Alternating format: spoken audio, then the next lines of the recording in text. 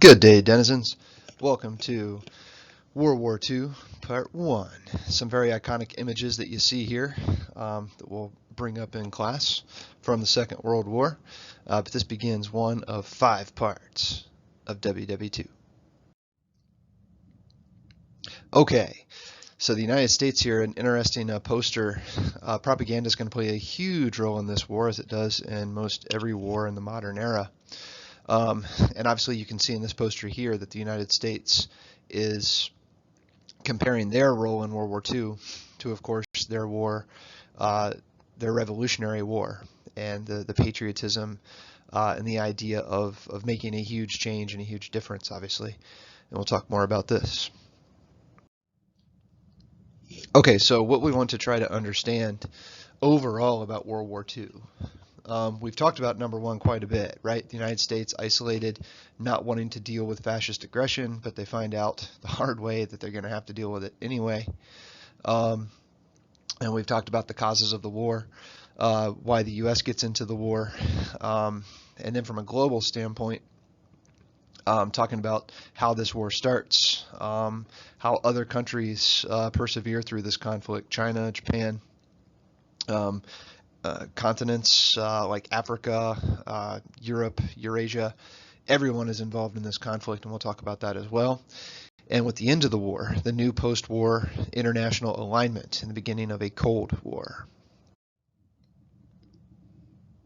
A couple of key terms for you.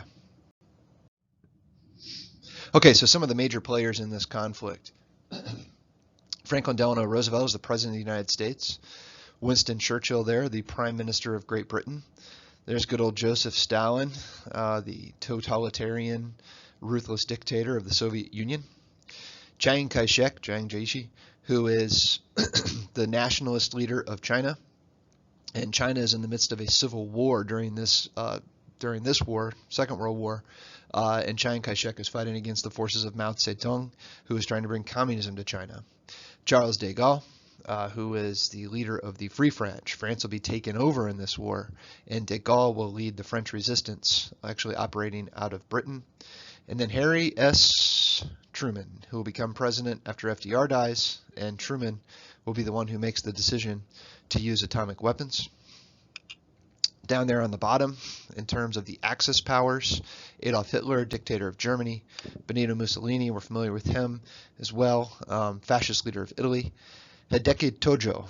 Hideki Tojo is the really prime minister, I guess you could say, of Japan, one of the major military leaders there, and Emperor Hirohito, the emperor of Japan during the conflict, World War II.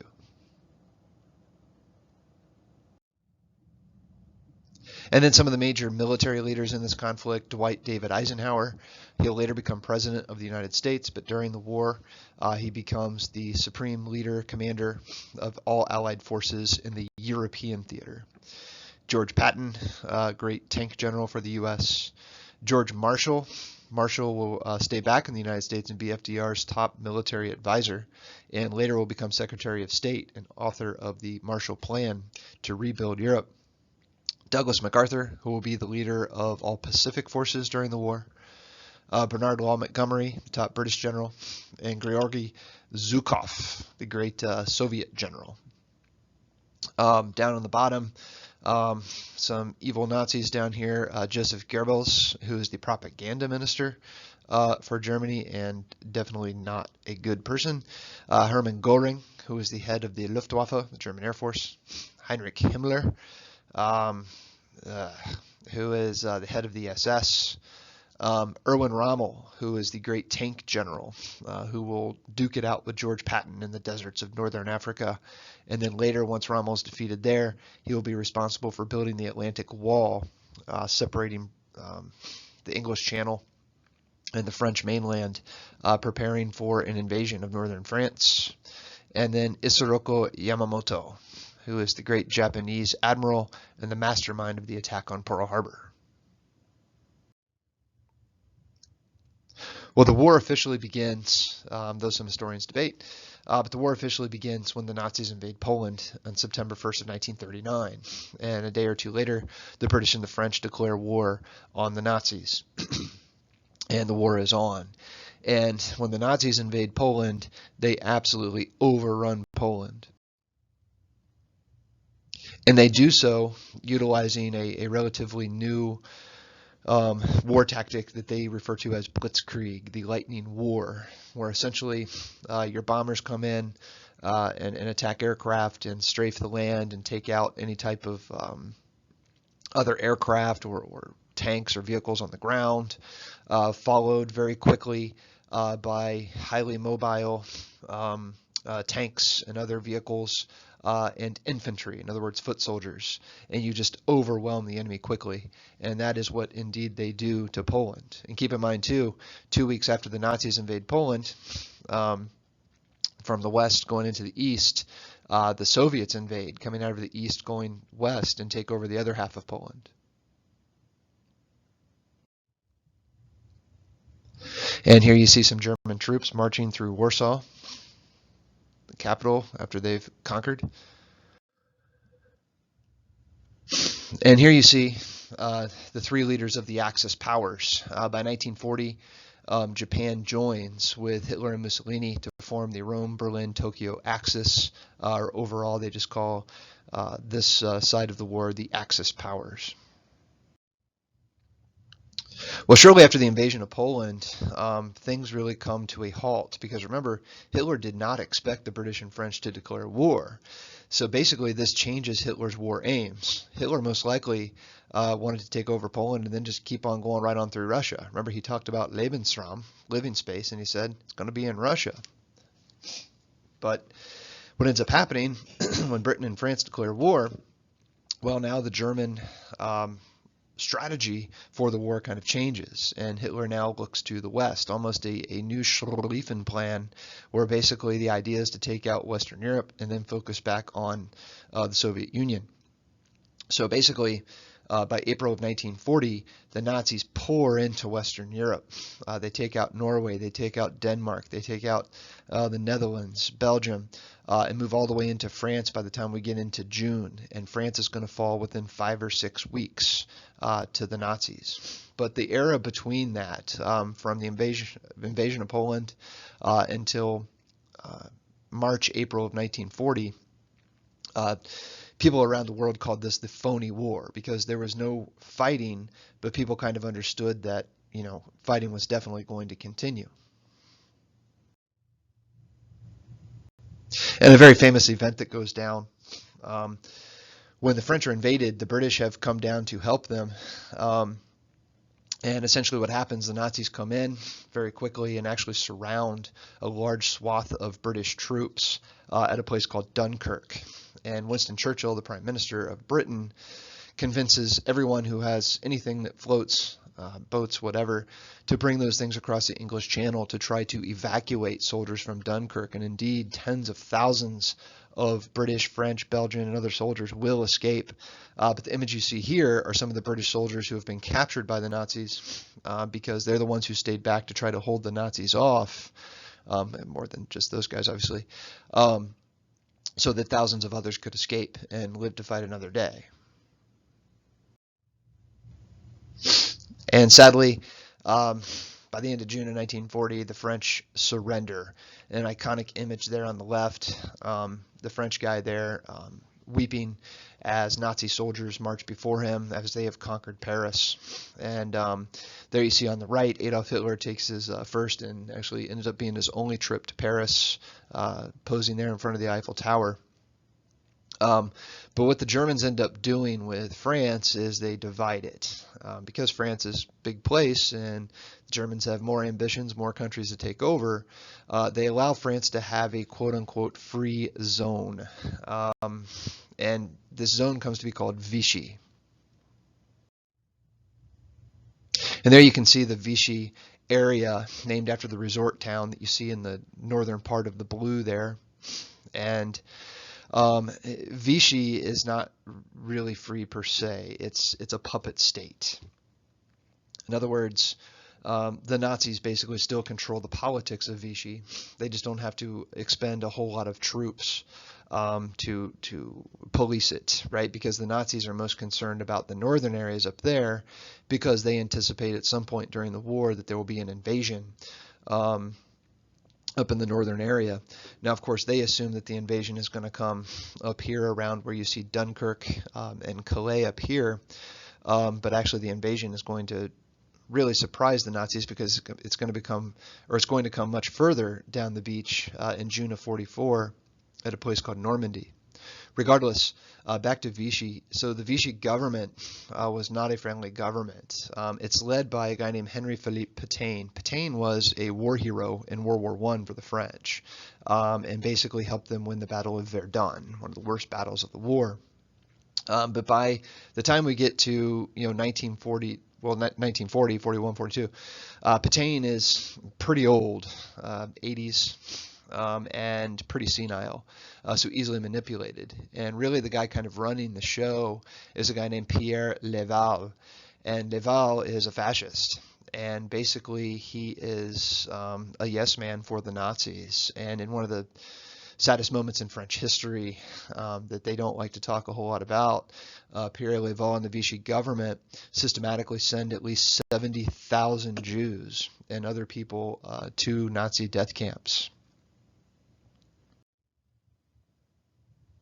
And obviously, here's how you would have gotten this news. Well, obviously, you would get it through the newspaper, but in terms of seeing moving pictures, you would go to the theater like this, and you would hear, you can see up there on the billboard for the theater, what's going on, Hitler's blitzkrieg going into the West. So what this means is the British are all alone, but luckily the British have this guy to lead them, Winston Churchill. And Churchill despises Adolf Hitler. Churchill had said many choice things referring to Hitler while he was in the Parliament. Talk about a few of those things, but nonetheless, Churchill is going to be the main motivator to lead Britain, because now Britain basically is surrounded. Remember, the Nazis have Norway, they have the entire northern coast of Western Europe, so Britain is all alone. Remember, the United States, they haven't joined this war. But luckily for Churchill, he's able to make friends with Franklin Roosevelt, and they actually form a pretty close bond over the course of the conflict of the war. And FDR comes to understand that, hey, we have to help the British here. And FDR understands well before other Americans that the United States is going to have to get into this war. But Churchill gives some great speeches and great leadership for the British, for them to persevere as they are all alone for quite some time, really from, I guess you could say, June of 1940 until the end of 1941. They're all alone, so well over a year, trying to hold off the Nazi onslaught.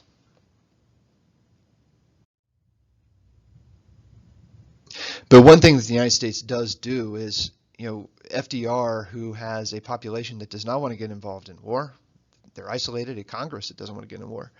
FDR is able to slowly convince, others, though, that, and FDR, look, he isn't the only one that knows the U.S. needs to get into the war. Tens of thousands of people that know that as well, hundreds of thousands. But nonetheless, he's able to slowly get Congress to agree to try to help the British. One of the first things they're able to get through in 1940 through the Congress is something called cash and carry, which basically allowed Britain to bring its own ships to the United States to purchase, certain armaments from the United States directly. Eventually, the United States will, and FDR will convince Congress to pass something called a Lend-Lease. Lend-Lease basically allowed for the United States to just give anything to anyone who was fighting against the Axis powers. So we're talking, ships, weapons, food, whatever. And that's what this kind of cartoon is getting at, right? The United States, oh, that stuff coming from the U.S. just somehow ended up over there with Britain to help them. And FDR gave this famous quote, trying to convince the United States that they needed to help the British. And you can see here just how much money the United States gave to the Allied powers through the Lend-Lease program. Over $48 billion worth of stuff that will go to forces around the world who are fighting against the Axis powers, or will be. But nonetheless, we pointed out how Britain was all alone. And the British come to call this era the Blitz, because the Nazis are convinced that their Luftwaffe, their air force, can basically bomb Britain into submission. And day and night, the Luftwaffe would fly over Britain, dropping bombs and killing tens of thousands of civilians in what the British call the Blitz. But the British RAF, the Royal Air Force, fights very valiantly during this conflict to hold off the Nazis. And the Nazis are going to pay a pretty high price in terms of, obviously, human cost, but also aircraft, because the British, there's no way they would ever surrender to Adolf Hitler. Hitler does come up with a huge operation called Operation Sea Lion for an invasion of Britain, but never goes through with it. And this is one of Hitler's many, many blunders. By not taking out Britain, he's basically not going to be able to cover the western side of his empire, and this is going to allow the Allies to win.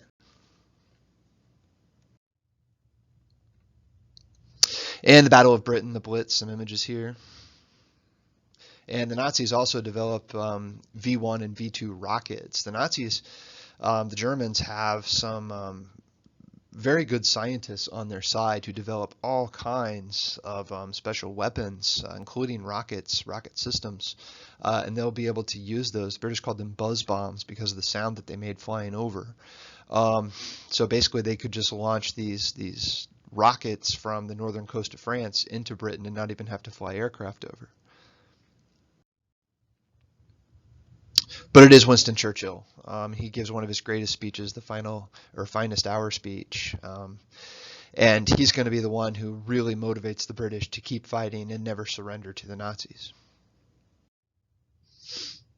And something else that goes down that's interesting too is that in August of 1941, remember the United States is not in this war until after Pearl Harbor, December 7th, 1941. But FDR meets with Winston Churchill a few times, but one of the biggest meetings happens in August of 1941. They meet on a ship off the coast of northeastern Canada, a British ship, the HMS Prince of Wales. And Roosevelt and Churchill agree to something called the Atlantic Charter. The Atlantic Charter does a few things. Number one, it solidifies the alliance with the British. Basically, FDR, in no uncertain terms, tells Winston Churchill, look, we got to find a way to get into this conflict. We will. And when we do, we're going to win this thing because we're going to join with you and everything will be good. But you just got to hang in there, Winston. And beyond that, they also called for a new type of international organization, a new organization stronger than the League of Nations. So really, the Atlantic Charter is also kind of the foundations of what will become the UN, the United Nations. But Hitler does the unthinkable. In June of 1941, he undertakes Operation Barbarossa. And Operation Barbarossa, about 3 million Nazis pour across the Soviet border.